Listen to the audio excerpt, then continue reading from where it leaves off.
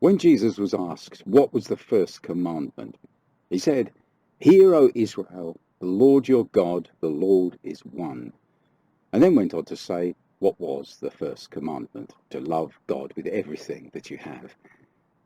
Now, why didn't Jesus launch straight into the commandment instead of the preface of "Hear, O Israel"? One of the reasons, and the one that I'm going to focus on here, is that it isn't until we hear God's voice that our love is sufficiently aroused, rendering us able to love him with everything that we have. Another version of this truth is we love him because he first loved us. 1 John chapter 4, verse 19. But I want to come back to this idea of oneness, that the Lord our God is one. Firstly, it means that the true God is one, not many, as the polytheists believe. But the subject is much more profound than this. Before anything was created and God dwelt alone, out of nothing, ex nihilo, he brought forth all of reality, everything.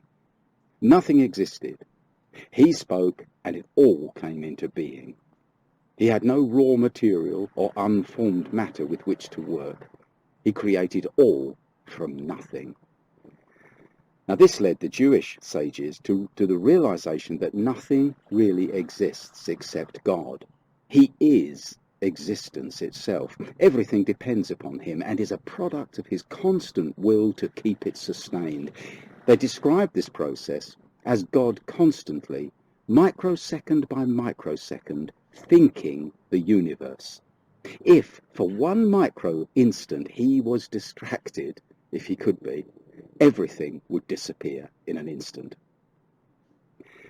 As you can see, our language is quite inadequate to describe this process, but you get the idea.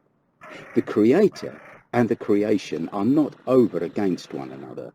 Creation has no independent existence, but continues to be an intimate expression of God. And this brings us back to the declaration, Adonai Echad, the Lord is one.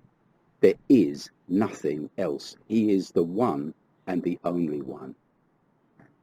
And here's the most powerful lesson of all.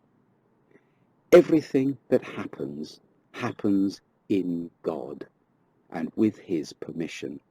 Nothing falls outside of his permission or his will, as mysterious as that is. The divine plan includes everything, the falling sparrow and the erupting volcano. Hence, we should be anxious for nothing. Philippians 4, verse 6.